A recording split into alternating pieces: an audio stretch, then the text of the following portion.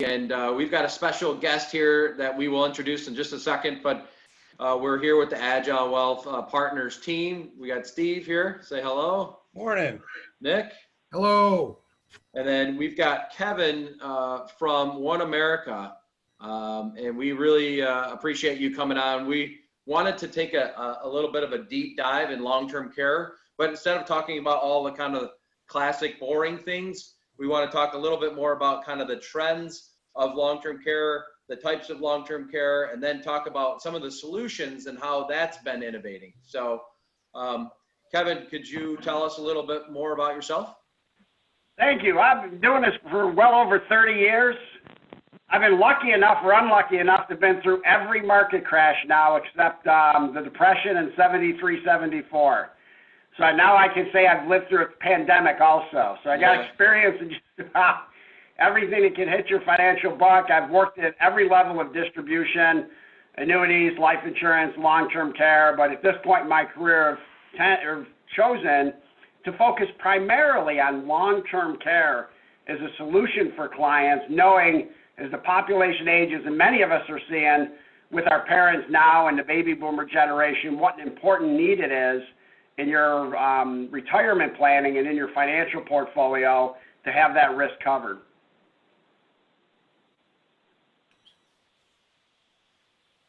So let's take it a step back. Let's talk about just what is long-term care, period. Like why do people need long-term care, and what exactly happens when they actually need it?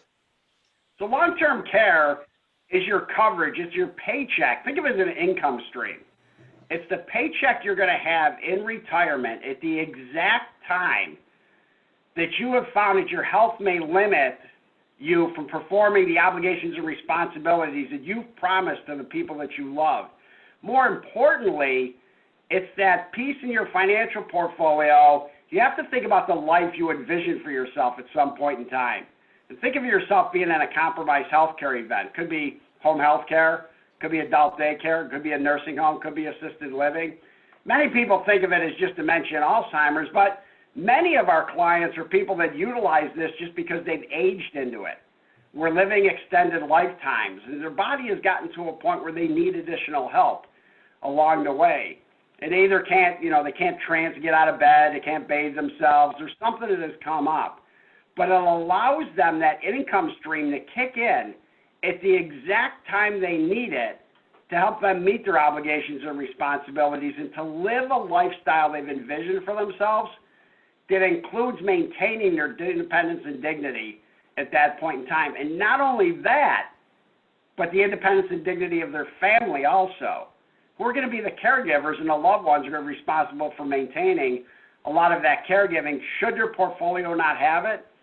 And they're left with the understanding that regardless of how long it lasts, the income stream doesn't run out, not affecting the legacy they want to leave to their loved ones or a charity or a spouse, should they pass on and want to take care of them also. Kevin, Steve, can you scroll down just a little bit, Steve? Sure. It'll show the ADLs. Yeah, right there. Perfect. Go ahead. Kevin, one of the things I wanted to ask too is being the head of the asset protection, I deal with this a lot, and I have over the years. There's still a lot of thoughts out there in the general population that long-term care really hasn't evolved or hasn't changed a lot over the years like we know it has. There's still people out there that are still envisioning long-term care as, number one, I don't really have a big chance of needing long-term care. Or number two, the insurance I could look at is a use it or lose it type scenario. Can you elaborate a little bit on those couple areas and what's changed and how different it is in today's world? Well, I'll take it at a couple of different points. So first, let's talk about the history of long-term care insurance. And when we use the term long-term care, you've heard me say compromised healthcare event. I like to say that because long-term care, the first thing you're going to think of is nursing home. And a lot of people say, I'm never going to go to a nursing home. And I agree with them. They probably are never going to go to a nursing home. In fact, only 12% of the claims paid in the industry are for nursing homes. 13% are assisted living. 75% of the situations where somebody's in a compromised healthcare event, it happens at home. And they have to hire caregivers, and they're going to experience the entire event at home, not in a nursing home most likely. But they still need the coverage because there's a 70% chance it'll happen to one individual. There's a 91% chance in a couple, at least one of them will end up in this event. Wow. There's a 49% chance both will. And as we live an extended lifetime, once you hit the age of 78, there's a high likelihood you're going to need some sort of assistance as you age. 50% of the cases right now are dementia, Alzheimer's, or cognitive related, but there's still 50% that are related just to the aging of the population. Parents, think of anybody that's on this call or listening to it, parents are 85, 90, 95 years old that need help on a daily basis. It is in the history of the industry, a lot of people might have a negative view now because the old policies that were sold, think of it as renting or buying. When you rent, what do you get? Well, you get the use of the property. You're going to pay a monthly fee to live in the property. You're going to be limited on some of the things you can actually do with that property. You can't sell it. You don't have any value in it. And the landlord, they can raise your rent at any time they want to based on what their cost is for maintaining that property. Well, the older policies we had that were sold back in the 70s and the 80s, and some people's parents might have them, were restricted to nursing home. Because back then, people thought, well, if you age in, you have a cognitive disorder, you'll have this problem. Well, as we've aged as a population, what we found is many of those companies have had a hard time maintaining payments just to nursing homes and the cost of long-term care for what they charge for it. So clients start saying, wait a second, if I don't use the property or if I don't use the policy, it really has no value for me. So could I cover this risk and at the same time maintain value where my payments aren't going to be raised? I'm going to have something to get out of this. So live, quit, or die, I get the money back. If you live, there's a high likelihood you're going to use that policy to pay for some sort of long-term care or compromised health care event. If you die, you get it back in life insurance or an annuity, or you could quit at any time and get your money back. So it's like owning the house. You're maintaining value. You have access to the property. You can use it for multiple purposes is what's going to happen. And what we have found, and they're called asset-based long-term care policies.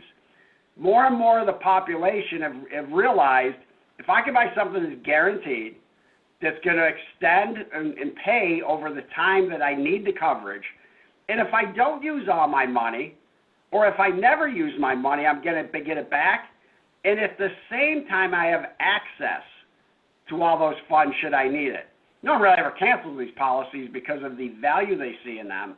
Mm-hmm. But regardless of the situation, and you can get one policy that will cover two people and three ways to get your money back out of the policies. So we found over time you can rent or you can buy, and the majority of the population wants to buy and own the policy now, maintain value, be able to use it for whatever purpose they need it for. And like I said, long-term care or a compromised health care event is usually a home health care event.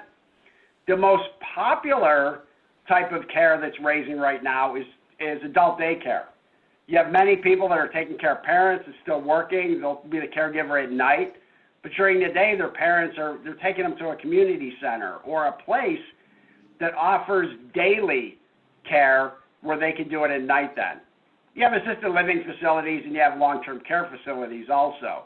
So regardless of where you need the care, where it's being provided, the policy now will cover that and cover your family also should they need additional services to help maintain that, buy medical equipment, if they need to leave on vacation and replace the nurse for a while. There's different things the policy does to offer them benefits also. Okay. So let me ask you, Kevin, what is your opinion on why you think the stereotype is still stuck 20 years ago? Why do you think that the general population still believes that it's a use it or lose it scenario, or that it's not going to happen to me, I'm not going to need care? Well, there's a couple of reasons that happens. Number one, nobody believes it's going to happen to them. That's why I say if you should never purchase one of these policies thinking, am I going to have an event? You probably most likely are if you live an extended lifetime. And it's probably going to last a lot longer than you would have envisioned that lasting, because they can keep us alive as long as we want to live now with the medical advances we've had.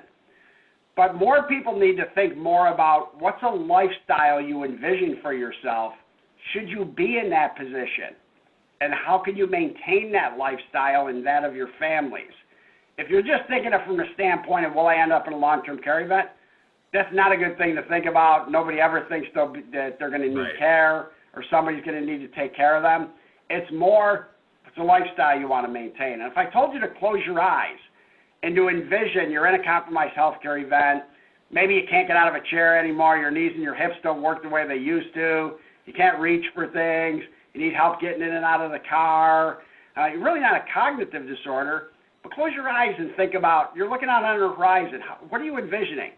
Probably envisioning it's sunny out, you might be in your yard, but you're surrounded by your family and your children, your grandchildren, you have access to them, you're all laughing. You're never envisioning you're in a qualified care facility with a nurse coming in and taking care of you.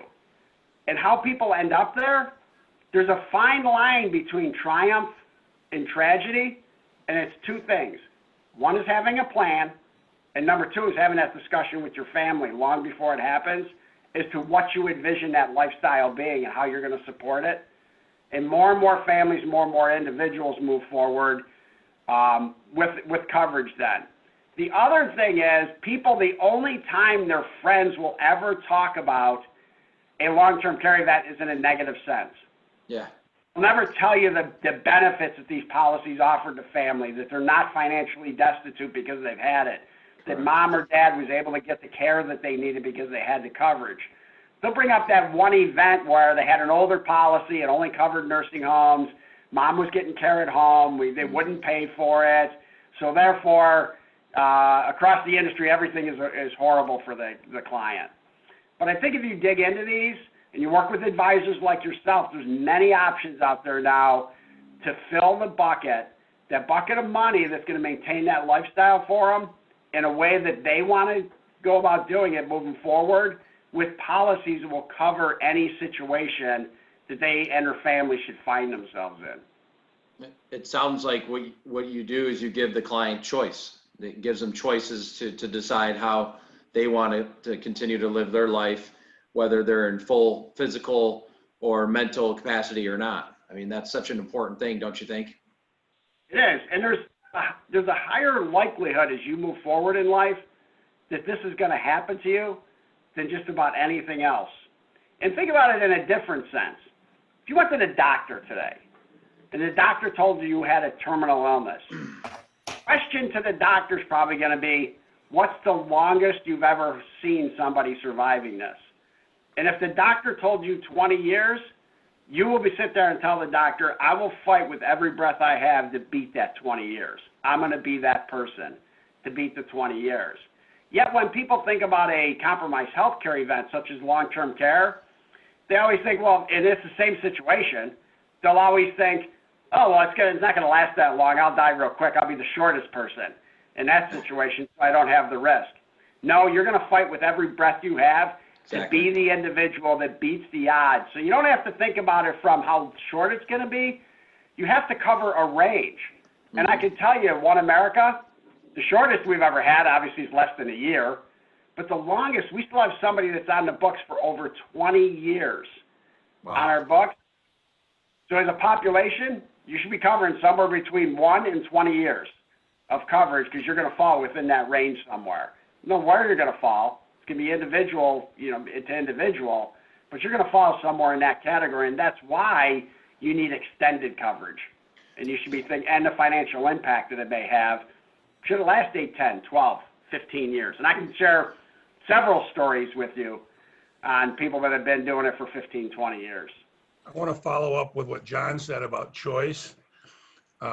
Kevin, my mom lived with my wife and me for about 3 years with Alzheimer's. And what you were saying, the quality of life, and as things got near the end, the choices we had were very limited. She really only had, Medicaid was the only choice. And at least at that time, this was only about 5 years ago, I didn't think they were very well suited for Alzheimer's patients. Mm-hmm. And so I was telling John and Nick this before, but we really didn't have any choices. And so it was between my sisters and me from my mom, which did give her a good quality, but it would have been nice to have some kind of something to fall back on where we knew we had more choices, so that we all could function. And at the very end, it really felt like we didn't have any choices at all. It was either she stays with us, or there's really nowhere else that we could afford that would be able to take care of her. And that's what we want to help people. That's what I would like to help people avoid moving forward. And I can share 3 real quick stories that kind of summarizes that point. First, my own personal story. My mom's also in a nursing home. She's on Medicaid. In 2001, I tried to talk her into buying long-term care. It would have cost her $2,000 a year. She's now on Medicaid, and as a family, we spend somewhere between $45,000 and $60,000 a year for a CNA to help her eat. She has dementia, she has Parkinson's, so she's very limited in her ability to be able to eat. And did you lose me? Oh, we got you. We got you. My just a side screen. the side. Okay. The shared screen is reloading for some reason. All right, so she needed to be, so we're still paying additional dollars. So at the time, my mom thought it was a large cost. Would have cost her $24,000 for that policy. She'd be at home right now. Yeah. Be getting care from a home health aide. My cousin, whose mom just passed away, after 15 years of being cared at home for Alzheimer's, 8 years of it, they were also taking care of her dad that had Alzheimer's. So combined, it was 23 years of coverage for her and her 3 brothers and sisters. Went through all of their parents' money, close to $1 million, went through hundreds of thousands of dollars of their own money to be able to provide that for their parents. The kicker to that story, their parents had long-term care insurance, let it lapse because they never thought that they would need it. So they for it. And they was 20 years of coverage that they paid for. And my cousin's kids do not know her not taking care of some elderly person her entire life. Wow. And the last story is my friend Tom at the gym, who for years, he's 70 years old. I've tried to talk to him and his wife. He's fairly wealthy. I try to say, hey, you really need this coverage. I know you're wealthy and you think you can pay for it yourself. He told me he didn't need it. In the same breath, he told me they're taking care of his mother and his mother-in-law, who are both in nursing homes, and they're paying for him.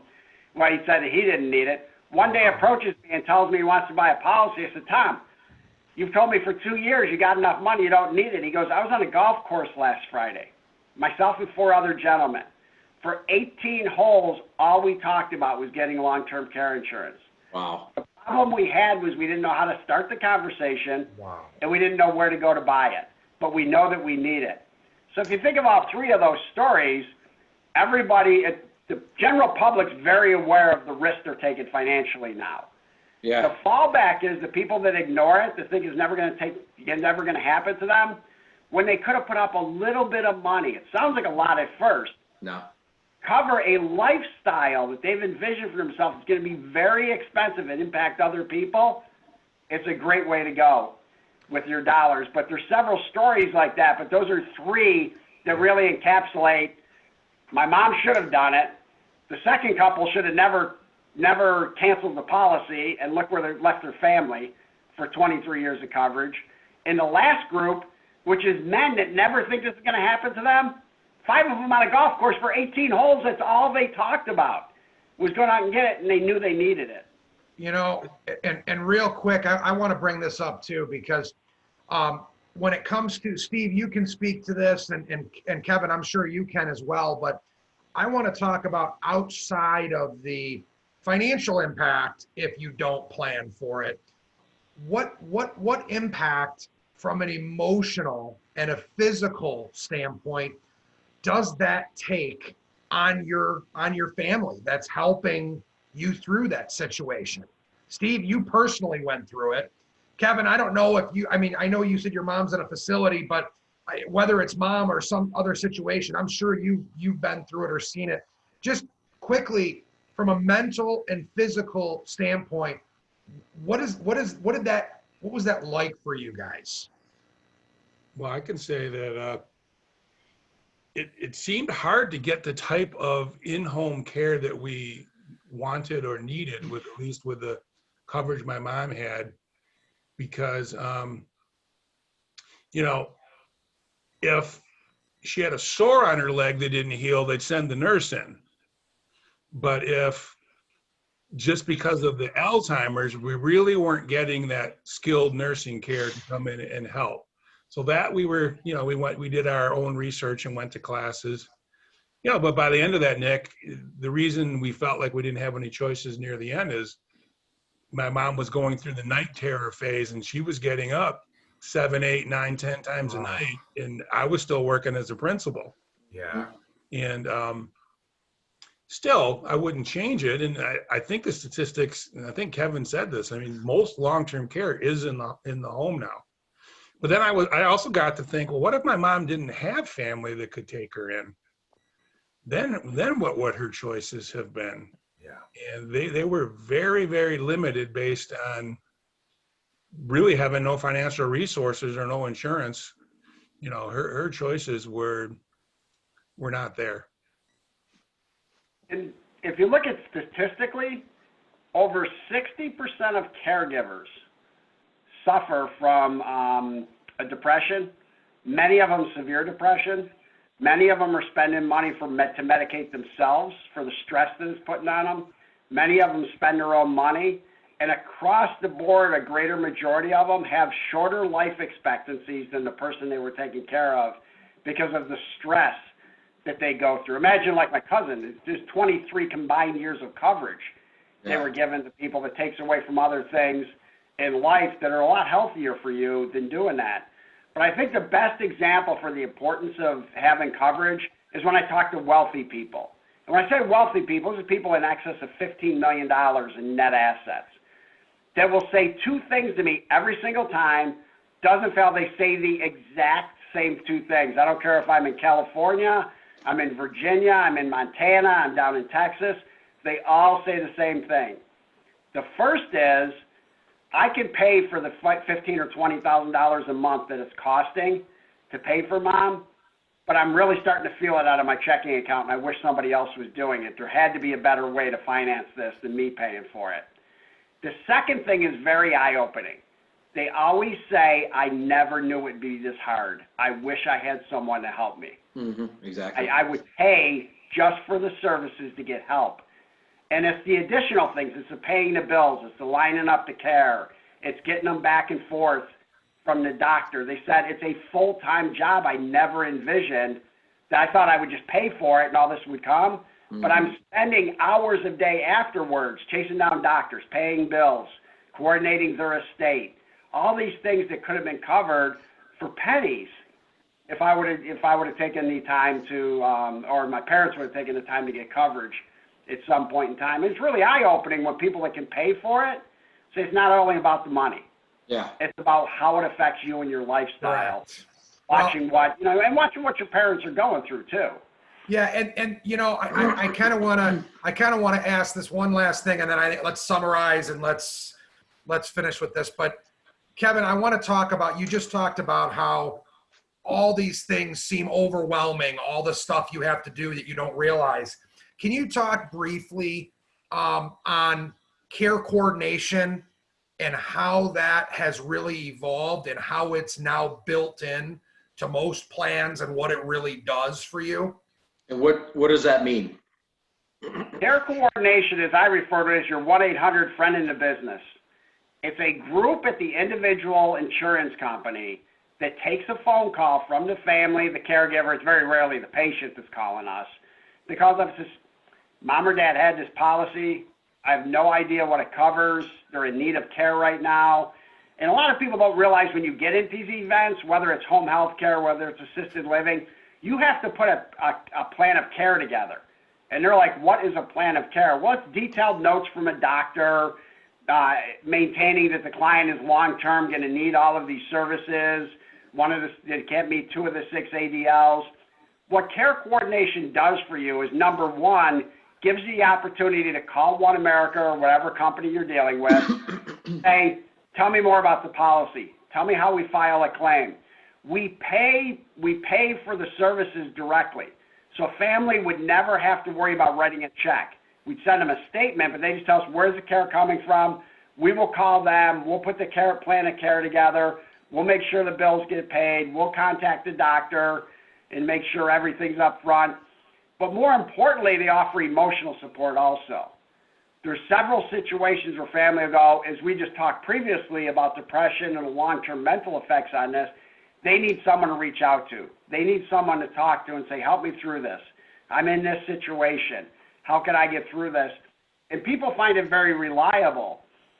If you look at any letter written to a company, the people that had coverage, and I've worked for several companies that offer this type of coverage, the letters are always the same after the person passes. The beginning of the letter always says, family thought it was the craziest thing they ever did buying this policy. Complete waste of money. Second part of the letter is, our family would have been destitute without it. You wouldn't believe how important you were to long-term to us and our family, both emotionally, physically, and financially, because we had this coverage. The last part of the letter invariably compliments claims concierge service and having someone along the way to help you with all of those services. And the policies also, they pay for medical equipment. If it's home health care and somebody needs a break, the policy will pay for some extended period of time for an additional nurse to come in above and beyond the benefits you're being paid. It'll pay for bed reservation if they're in a qualified facility and they have to leave. So there's several additional things in the policy. And I tell you, when I bring it up to clients, and I was in one meeting where a wife was very iffy about buying a policy till I explained claims concierge. Mm-hmm. He leaned over the table and said, let me tell you a story. My father and brother, but my mother nearly died taking care of both my father and my brother, had long-term care events. Are you telling me that if I buy this policy, my family is going to have all that stuff taken care of? And I said, yes. She stood up, looked at her husband, said, buy the policy, and walked out of the room. It was all about the services offered. True story. Well, she had a hair appointment, too, but she still did that. She had a hair appointment. Get up and walk out. Yeah. Policy and left. Didn't say anything after that. But invariably, when I'm doing client seminars, I'm in one-on-one client meetings, the more I talk about those additional benefits in a policy, the more people go, my family's going to have their emotional needs met, their physical needs met, their financial needs met. This is the way to go. This is an A+ for our portfolio. I'm really glad you mentioned that, because I think, as you said, and as our research showed, most long-term care is in the home. You really do feel kind of alone in that process. Yeah. And it's a little disjointed when you do have different people you can call, but it's not coordinated. You know, there's not a person to call who's got the big picture. You're the one that's got to have the big picture and everything juggled, you and your spouse. And if you're taking care of a parent, I mean, I can't even imagine if it was me taking care of my spouse and you're just totally alone in trying to figure all that out. I think that is huge, having that coordinated whole view of the total care, because that is overwhelming when you're the caregiver in that situation and you don't have that. You know, and I'll say, I mean, I've had several family situations that have either needed care in a facility, out of a facility. It's never, we all want to say the same thing. I'll admit it. We all want to say it's not going to happen to me. I'm not going to need care. But at the end of the day, what you're saying, Kevin, it hits home, because I do think that people need to realize most of the care provided is in home, because that's where most people want to be. But that care coordination is such a huge factor that people need to realize, because, I mean, I've got an aunt in a facility right now, and she's on Medicaid, and her sister is in California, and it's literally my mom and I here helping. And it's like, I tried to help as much as I could, but it's like pulling teeth. It's a horrible situation. I never wish anyone on Medicaid ever in a million years, just because it's the process and everything you've got to go through and all the hoops to jump through. This is such an important piece of financial planning and of retirement planning that I really am I'm a big believer in this type of planning. So we really appreciate your time and knowledge coming on. And John, Steve, do you guys have any other questions for Kevin at this point? Or No, I just want to thank you for really talking us through this and our viewers. I think it's really just vital information. I think people down deep kind of know that a lot of people are going to need this. It's one of those things you just don't want to admit. It's kind of like admitting you need to go on a diet or admitting you lost all your hair, in your mind's eye, it's still all there. So Yeah. I think it's really good that it's something that needs to be addressed in any financial plan, and I'm really glad you brought it up with us today.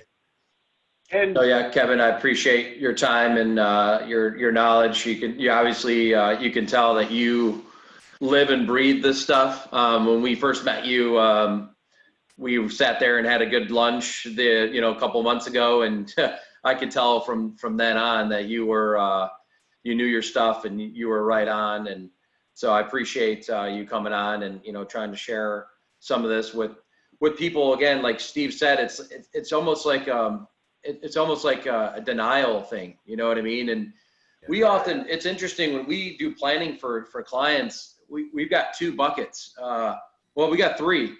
One, we're trying to figure out the best way that they can go about it, knowing that they really just can't afford long-term care insurance. They're just not at that level. Then we've got that little middle bucket where in all reality, they're the perfect client, to really sustain and give them choice through this event. They've got just enough assets. They don't want to hear anything about it. I mean, that is the conversation. They're just like, blockers up. And then usually our higher net worth clients, I mean, they are all about it. They want to hear all the different options. How much leverage can I get? What is it going to look like? And so it's interesting, the different dynamics you get. But again, I appreciate your time, Kevin. thank you. Out there. hey, thanks, Kevin. Thank you. Thank you. All right, take Good care. one. So I guess we want to wrap up with. Yeah, we want to wrap up real quick. You can stick with us, Kevin, for a minute. But if you guys want to schedule a call with Nick Bohr, he's our obviously he's right here in front of you, but he's our director of asset protection. So we're going to have a link there to his calendar. You can go schedule a 15-20 minute call and talk all you want about long-term care and all the different questions you have. And Kevin's one of our handful of resources that we have when it comes to long-term care. So what we do is we assess the situation and we figure out what's the best for you. But if you just have that first, hey, I'm kind of curious, like the guys on the golf course that just don't want to talk about it and they're curious and they know that, where do I go next? I don't even know where to go. That's where you can go. You can visit our website, learn a little bit more about us. You can reach out to us on there as well. On Facebook, we are posting useful retirement planning information daily. And right now on YouTube, I just actually put a video up this morning that has Nick on there for a few minutes talking about the importance of long-term care. Go check that out. And then obviously if you have, if you just have some curiosity and you're not quite ready for that, point in which you want to reach out and actually do a 15-20 minute call, we've got a long-term care planning guide for you guys. And hey, Kevin, is there anything else that we could give these wonderful people watching? Oh, we have several different pieces that are more generic in nature on the myths of long-term care. Our step-by-step guide, I definitely like that. It goes through the entire planning event and what you should be thinking of. None of it's product related, none of it's solutions related, but it's all just, this is what you're up against. This is how to plan for it. These are questions you should ask people like Steve, Nick, and John. So very informative. Every company offers them, and I would tend to focus more as a person looking for coverage on the more generic type pieces from any company to get more into the event, and leave it up to a discussion with your advisors of what company, what plan would best fit your particular purpose, and where you're at and what you're trying to achieve. Excellent. So if you reach out, you go to the Agile Wealth Partners page, you will see a pop-up that allows you to request more information. Just put your name, email, request more information. We'll get you the step-by-step guide and one of the pieces that Kevin had just talked about, and then our long-term care planning guide to you. And again, feel free to reach out, go ahead, grab a spot on Nick's calendar if that's the route you'd like to take. So again, from me, take care. Glad everybody, hopefully you got some good information, and glad you could watch the video. Thank you. Everyone. Take care.